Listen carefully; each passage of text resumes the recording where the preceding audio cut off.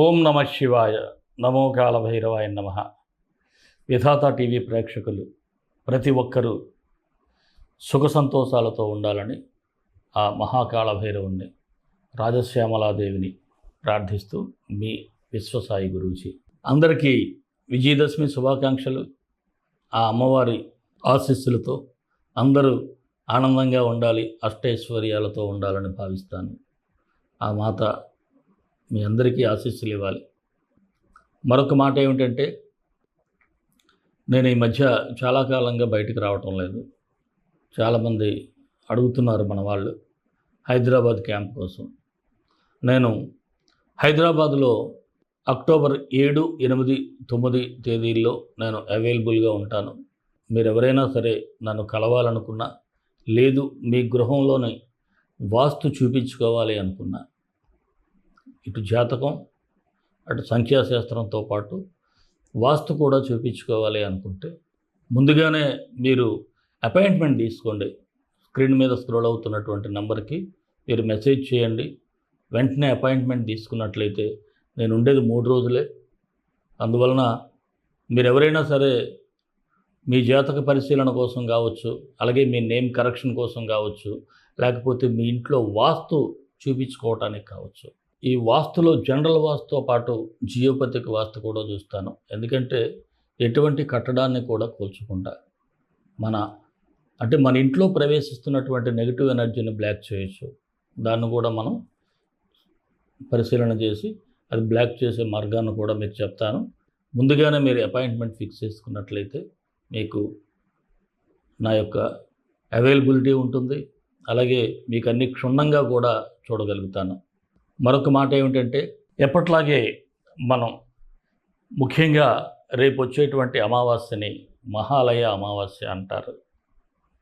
ఈ మహాలయ అమావాస్య రోజు పితృపక్షానికి శాంతి చేసుకుంటారు.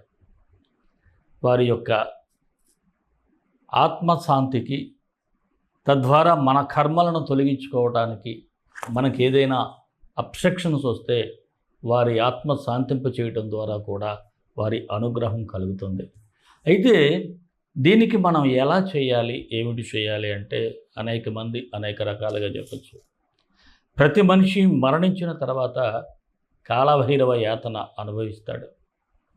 అలాగే ఈ పంచభూతాలకు అధిదేవత అయినటువంటి ఎవరైతే శివకేశవులు కాళభైరవుణ్ణే పంచభూతాలకు ఒక అధినాయకుడిగా ఆయన ఏర్పాటు చేశారు. మన శరీరం కూడా పంచభూతాల్లో కలిసి ఉంటుంది. అలాగే అగ్నికి చివరిలో అర్పణం అవుతుంది. మనం ఇప్పుడు చేయాల్సింది ఏమిటి అంటే మహాకాళభైరవ శాంతి హోమం చేయాలి. తద్వారా పితృదేవతల ఆత్మకు శాంతి కలుగుతుంది. అగ్నికి ఎప్పుడైతే మనం అర్పణం చేస్తామో పితృదేవతలకి తప్పకుండా మీ యొక్క కర్మదోషాలన్నీ కూడా తొలగిపోతాయి. అలాగే రెండవ ప్రక్రియ ఏమిటి అంటే అన్నదానం. మనం ఎప్పుడూ కూడా అన్నప్రసాద సేవగా భావిస్తాం. ఎందుకంటే ఎదట వారికి అన్నం పెట్టడం ఒక భగవంతునికి పెడుతున్నట్టుగా భావిస్తాం. ఇప్పుడు మనం పితృదేవతలకు పెడుతున్నట్లుగా భావిస్తాం. మీ పితృదేవతల పేరుట ఇప్పుడు మన అనాథాశ్రమంలో పిల్లలకే కాదు, బయట కూడా నిరాశ్రయులకు మీ పితృదేవతల పేరుతో ఈ యొక్క అన్న ప్రసాద సేవ కూడా జరుగుతుంది. ఎవరైనా భక్తులు పరోక్షంగా పాల్గొనాలి అనుకుంటే ఈ స్క్రీన్ మీద స్క్రోల్ అవుతున్నటువంటి నంబర్కు వాట్సాప్ చేయండి.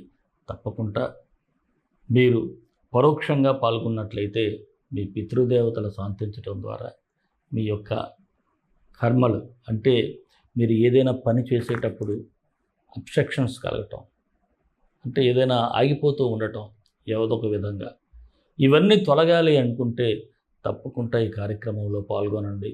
మీకు తప్పకుండా కాళభైరవుని ఆశీస్సులు, మీ పితృదేవతల ఆశీస్సులతో మీరందరూ సుఖ సంతోషాలతో ఉంటారు. మరి రాశిఫలాలకు వెళ్ళే ముందు ఒక చిన్న మాట. మన వీడియోలన్నీ మీకు నచ్చుతాయని భావిస్తాను. మీ అందరికీ నచ్చాలని భావిస్తూ ఒక లైక్ ఇవ్వండి. అలాగే మన వీడియోల్ని మీ యొక్క బంధువులకు మిత్రులకు షేర్ చేయండి. ఎవరైనా మన ఛానల్ సబ్స్క్రైబ్ చేసుకోకపోతే వెంటనే సబ్స్క్రైబ్ చేసుకోండి. మరి రాశిఫలాల్లోకి వెళ్ళిపోదాం. మేషరాశి అక్టోబర్ 1 నుంచి 15 వరకు ఈ రాశి వారికి ఎలా ఉంటుందో ఒకసారి పరిశీలన చేద్దాం. ఈ మేషరాశి వారు ఎలాంటి బాధ్యతను అప్పచెప్పినా సరే సునాయాసంగా, అంటే బరువు ఎంతైనా సరే నెత్తి మీద పెట్టేసుకొని ఇట్టే కంప్లీట్ చేస్తారు. చక్కనైనటువంటి ఆలోచన, చిత్తశుద్ధి, కార్యదీక్షత కూడా మీకు కనిపిస్తూ ఉన్నాయి. అయితే ముఖ్యంగా ఒక మాట చెప్పాలి, కొంతమందికి అయితే స్థాన చలన సూచనలు కూడా ఉన్నాయి.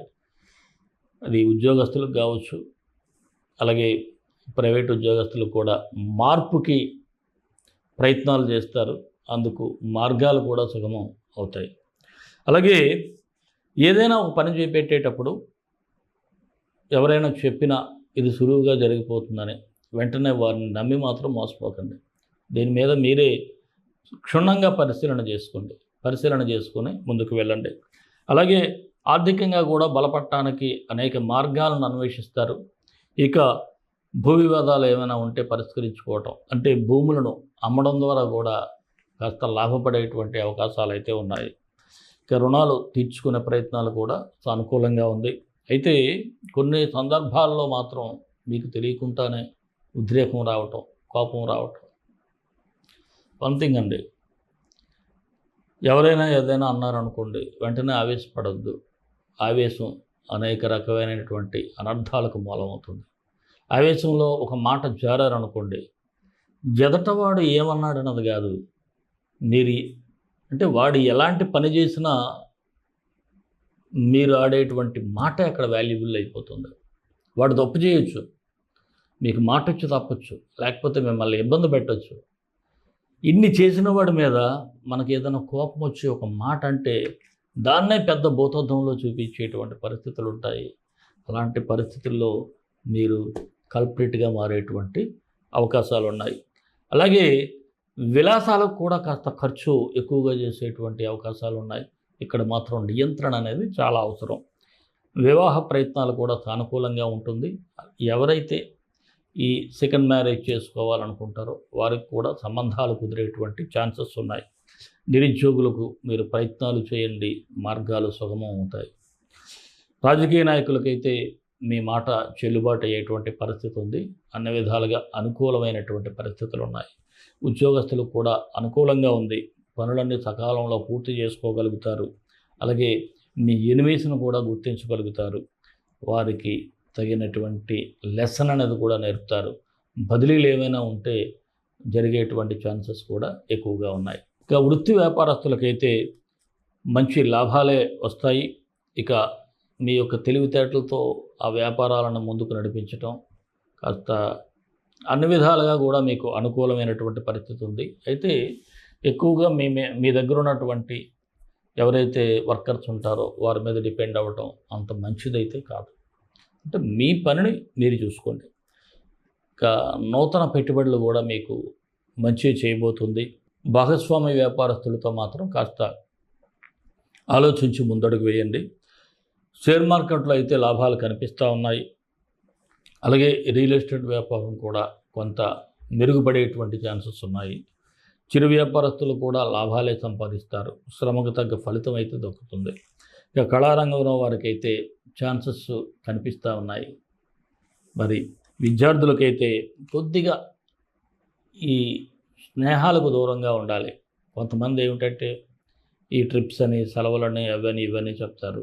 దానివలన కొంత మీరు ఇబ్బంది పడటం, అక్కడికి వెళ్ళిన తర్వాత కొన్ని తప్పుడు పనులు కూడా చేసేటువంటి ఛాన్సెస్ ఉంటాయి. ఈ రాశి పిల్లలు కొద్దిగా జాగ్రత్తగా ఉండాలి. అలాగే తల్లిదండ్రుల మాట వ్యతిరేకిస్తారు మీరు, ఆ వ్యతిరేకించుకుంటూ ఉంటే బాగుపడతారు. అలాగే ఆరోగ్యం గురించి చూసినట్లయితే సాధారణంగా ఉంది. కొంతమంది అయితే దీర్ఘకాలిక వ్యాధుల నుంచి కోలుకుంటారు. కాకపోతే ఈ పొట్టకు సంబంధించి మాత్రం కొంత డిస్టర్బెన్సెస్ అయితే కనిపిస్తూ ఉన్నాయి. ప్రేమికులకైతే యాజ్ యూజువల్గా ఉంటుంది, చక్కగా ఉంటుంది, హాయిగా ఉంటుంది. అది ఈ మేషరాశి వారికి ఏ తేదీలు అనుకూలంగా ఉన్నాయి అంటే 2, 4, 12, 14 ఆ రోజుల్లో మీరు ఏ పని చేపట్టినా మీ ఇష్టదైవాన్ని తలుచుకొని చేయండి. 7, 9 తేదీల్లో మాత్రం కొద్దిగా బద్ధకంగా అనిపించటం, అనారోగ్యంగా ఉండటం, మైండ్ డిస్టర్బెన్స్గా ఉండటం ఇలా జరిగే అవకాశాలు ఉన్నాయి. కాబట్టి మీరు ఆ రోజు కాసేపైనా మెడిటేషన్ ముందుగా చేసి మీ ఇష్టదైవాన్ని తలుచుకొని మీ దినచర్యలను ప్రారంభించండి. మరి ఈ మేషరాశి వారికి మరిన్ని మంచి ఫలితాల కోసం విశ్వగురు సక్సెస్ మంత్రాలు పాటించండి, విజయాలు సాధించండి. ఈ రాశివారు కుజుడికి మంత్రం పఠిస్తే సరిపోతుంది. తత్పురుషాయ విద్మహి శిఖధ్వజాయ ధీమహి తన్నో స్కంధ ప్రచోదయాత్. ఈ మంత్రం డిస్క్రిప్షన్లో ఇస్తాను, 18 సార్లు పఠించండి. అలాగే మీకు అవకాశం ఉంటే కాదు, ఉన్నా లేకపోయినా సుబ్రహ్మణ్య స్వామి టెంపుల్కి వెళ్ళండి. ఆంజనేయ స్వామి టెంపుల్కి కూడా ఉదయం సుబ్రహ్మణ్య స్వామి టెంపుల్కి వెళ్తే ఈవినింగ్ ఆంజనేయ స్వామి టెంపుల్కి వెళ్ళండి. అవకాశం ఉంటే హనుమాన్ చాలీసాని పారాయణం చేయండి. మరి మన ఇష్టదైవం కాళభైరవుడు, కాళభైరవ గాయత్రి. కాళాయ విద్మహే కాళాతీతాయ ధీమహి తన్నో కాళభైరవ ప్రచోదయాత్. సర్వే జనా సుఖినో భవంతు, లోకా సమస్తా సుఖినో భవంతు. దేశం కోసం, ధర్మం కోసం, భారతీయ సంస్కృతి విలువల కోసం పాటుపడదాం. స్వస్తి.